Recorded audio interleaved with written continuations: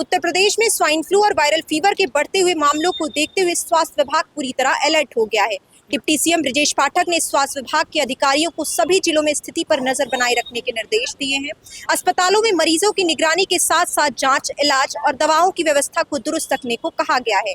आखिर swine flu के शुरुआती लक्षण क्या हो सकते हैं और इसमें क्या क्या सावधानी बरतनी चाहिए, इसके लिए देखिए आप हमारी एक खास रिपोर्ट।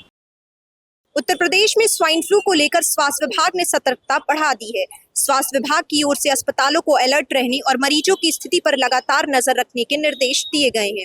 खास तौर पर बुखार, खांसी और फ्लू जैसे लक्षणों वाले मरीजों की निगरानी करने को कहा गया है, ताकि जरूरत पड़ने पर समय रहते जांच और इलाज शुरू किया जा सके।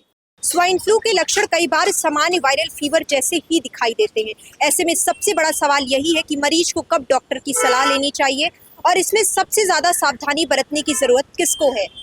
स्वाइन फ्लू एक तरह का इन्फ्लुएंजा संक्रमण है। इसमें बुखार, खांसी, गले में खराश, शरीर में दर्द, सिर दर्द और कमजोरी जैसे लक्षण दिखाई दे सकते हैं।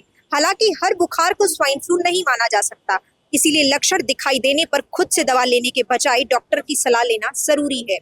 स्वास्थ्य विभाग ने अस्पतालों में जरूरी दवाओं और इलाज की व्यवस्था बनाए रखने के निर्देश दिए हैं। अधिकारियों से भी कहा गया है कि अगर किसी मरीज की हालत गंभीर होती है तो उसे समय पर बेहतर इलाज उपलब्ध कराया जाए। वहीं पहले से किसी बीमारी से जूझ रहे लोगों, बुजुर्गों और कमजोर इम्यूनिटी वाले लोगों को फ्लू जैसे लक्षणों को लेकर ज्यादा सतर्क रहने की सलाह दी जाती है। सर, आपका बहुत बहुत स्वागत है हमारे बोले भारत में।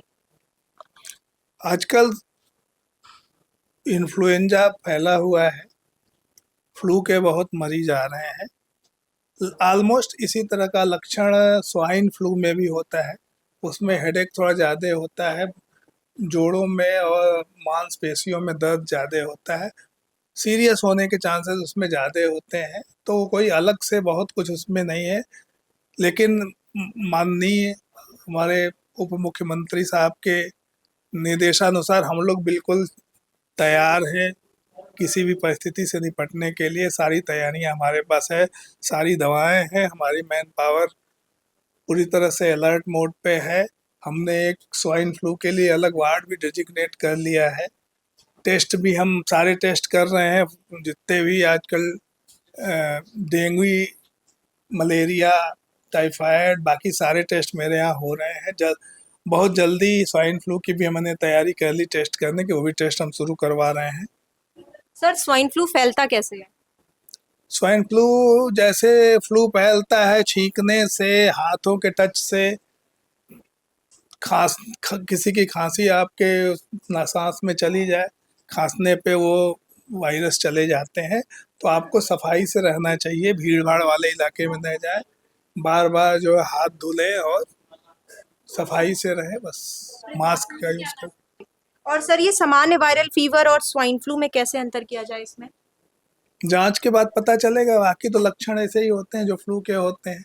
अगर H1N1 वायरस पॉजिटिव आता है तो। सरकार की तरफ से क्या गाइडलाइंस आई हैं आपके पास, क्या क्या व्यवस्थाएं हैं इसको लेकर? सारी व्यवस्थाएं, जो भी गाइडलाइंस हैं हमारे यहाँ, सब लोग अलर्ट मोड पे हैं। सारी दवाएं मेरे पास उपलब्ध है, हम लोग पूरी तरह से अलर्ट हैं। डॉक्टरों के मुताबिक संक्रमण से बचने के लिए साफ सफाई का ध्यान रखना, खांसते या छींकते समय मुंह ढकना और बीमार होने पर दूसरों के संपर्क में आने से बचना जरूरी है।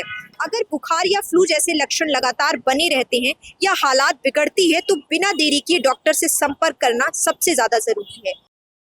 फिलहाल स्वास्थ्य विभाग ने अस्पतालों को अलर्ट रहने के निर्देश दिए हैं और सभी जिलों में स्थिति पर नजर रखी जा रही है। ऐसे में सबसे जरूरी है कि लोग घबराएं नहीं, लेकिन बुखार या फ्लू जैसे लक्षणों को नजरअंदाज भी ना करें। समय रहते जांच, सही इलाज और सावधानी ही संक्रमण से बचाव का सबसे बेहतर तरीका है। कैमरा पर्सन धीरेन्द्र के साथ मैं वंदनी सिंह, बोले भारत, लखनऊ।